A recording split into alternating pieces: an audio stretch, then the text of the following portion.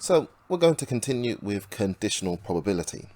Now that we've looked at set notation and we've looked at the given symbol and how we can reduce the scope of our initial interest, we're going to try and put those two skills together and see how we can apply that to working with Venn diagrams.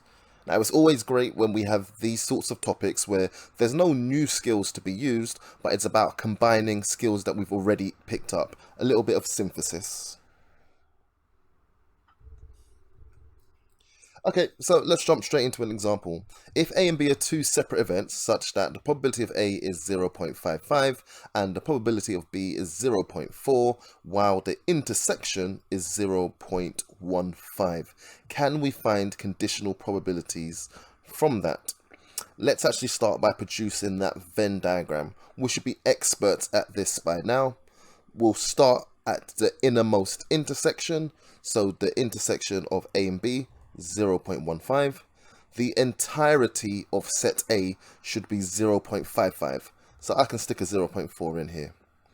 The entirety of set B should be 0.4, so it's a 0.25 here to make 0.4 when added with the 0.15.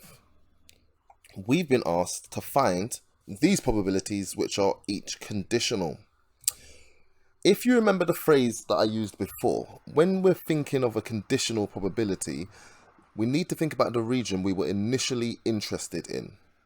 So in this case, the probability of A given B, that's me finding the probability of A if I'm initially interested in only set B, in only the circle of B. Okay, so this is what I'm initially interested in. And out of that, I want to know the probability of A. So it's 0.15 over the 0.4. Similarly for the next one, what's the probability of B if I was initially only interested in the union of A and B? So my initial interest is reduced to just the union. This is going to be the denominator. How much of that union is probability B? So that's going to be 0.4 over the union, which was 0.8.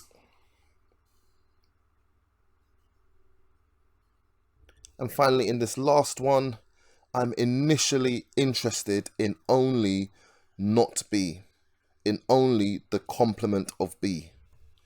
So this is my initial interest, and I'm looking for the probability of not A.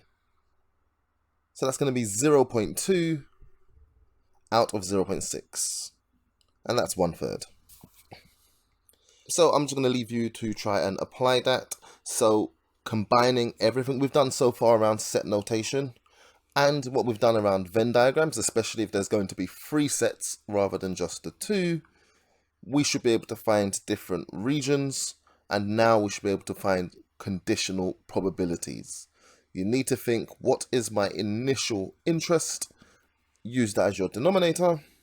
And then how much of that initially interested region are we specifically interested in?